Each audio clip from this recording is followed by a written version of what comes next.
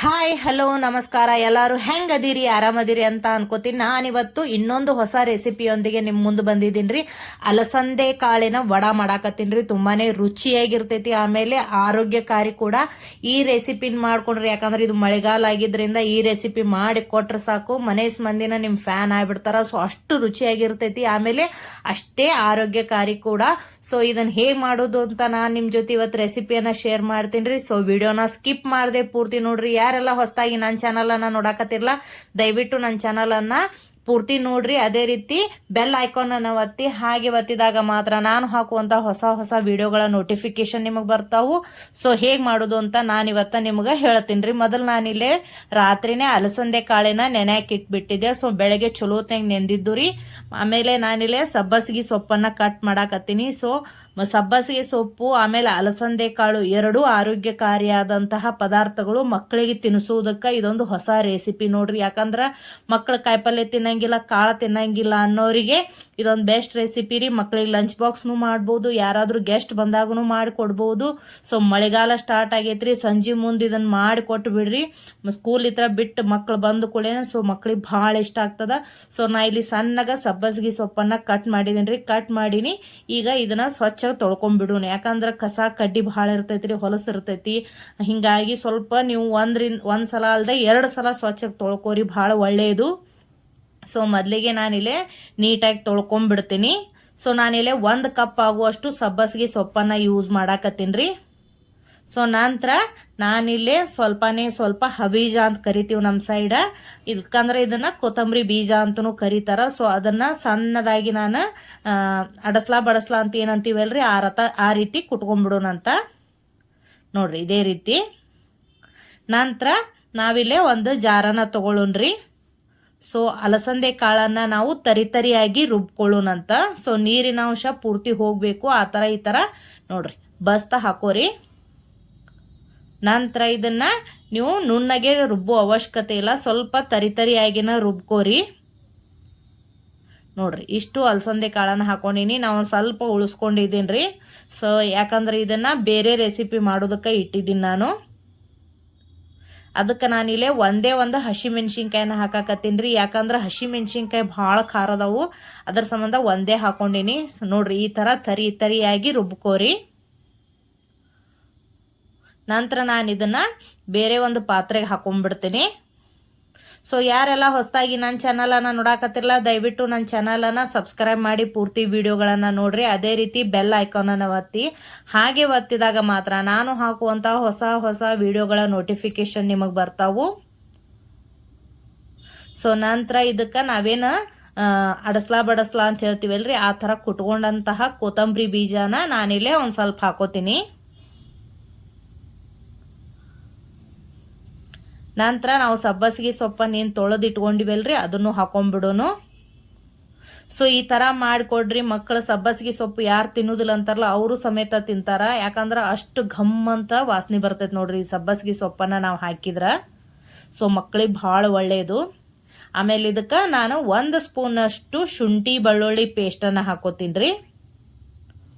So ನಂತರ ರುಚಿಗೆ ತಕ್ಕಷ್ಟು ಉಪ್ಪನ್ನು ಹಾಕೊಳ್ಳೋನು. ಸ್ವಲ್ಪ ಜೀರಿಗೆ ಹಾಕೊಳಕತ್ತೀನಿ. ನಂತರ ಇಲ್ಲಿ ನಾನು 1 ಸ್ಪೂನ್ ಅಷ್ಟು ಅಜ್ವಾಯಿನನ್ನ ಕೈಯಿಂದ ತಿಕ್ಕಿ ಹಾಕ್ತೀನಿ.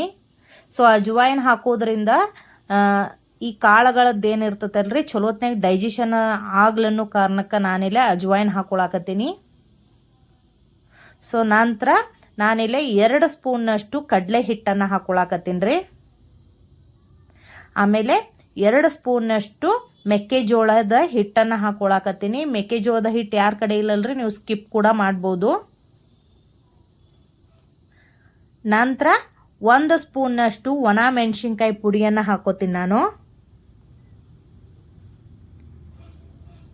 ಆಮೇಲೆ ಸ್ವಲ್ಪ ಎಣ್ಣೆ ಹಾಕೋತೀನಿ.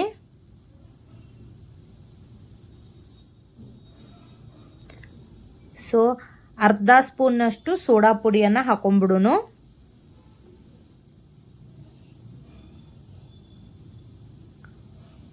ಹಾಕಿದ ನಂತರ ಇದನ್ನ ಕೈಯಿಂದ ಚಲೋತ್ನಾಗ ಮಿಕ್ಸ್ ಮಾಡೋಣ್ರಿ. ಯಾಕಂದ್ರೆ ಅಲಸಂದೆ ಕಾಳು ಆಮೇಲೆ ಸಬ್ಬಸಿಗೆ ಇರೋದ್ರಿಂದ ನೀವು ನೀರನ್ನು ಹಾಕೋ ಅವಶ್ಯಕತೆ ಇಲ್ಲ, ಸ್ವಲ್ಪ ನೀರಿನ ಅಂಶ ಇದ್ದ ಇರ್ತೈತಿ. ಸೊ ಅದ್ರೊಳಗನ ಇದು ಮಿಕ್ಸ್ ಆಗ್ಬಿಡ್ತೈತಿ ಚಲೋತ್ನಾಗಿ. ಸೊ ನೀರಿಂದು ಅವಶ್ಯಕತೆ ಇಲ್ಲ ಇದಕ್ಕೆ.